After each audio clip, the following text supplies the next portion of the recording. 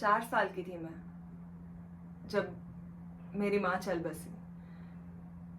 तब तो मैं समझती भी नहीं थी कि मरना क्या होता है। मुझे तो ऐसा लगता था कि माँ मेरे साथ आंख मिचौनी खेल रही है।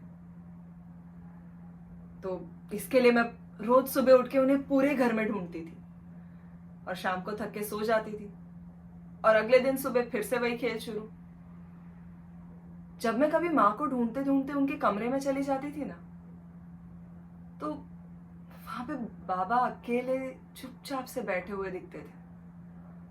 तब मुझे ऐसा लग रहा था कि शायद माँ ने अपने साथ साथ उनकी हंसी को भी कहीं छुपा दिया है।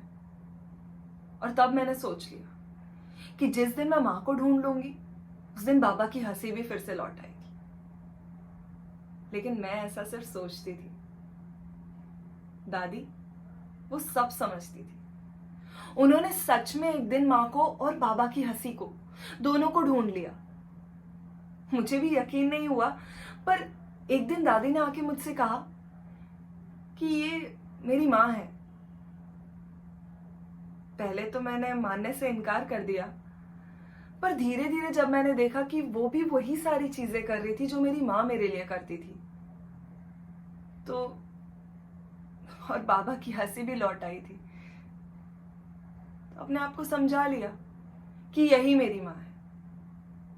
और उस दिन से लेकर के आज तक उन्होंने मुझे कभी ऐसा महसूस नहीं कराया कि वो मेरी सौतेली माँ है, और ना ही मैंने उन्हें कभी ऐसा महसूस कराया है कि मैं उनकी सौतेली बेटी हूं। दुनिया चाहे जो भी कहे, मैं जानती हूं कि उन्होंने इस घर के लिए क्या क्या किया है। मेरे लिए, बाबा के लिए क्या कुछ नहीं किया है उन्होंने। और इस जन्म में तो मैं वो कभी नहीं भूल सकती।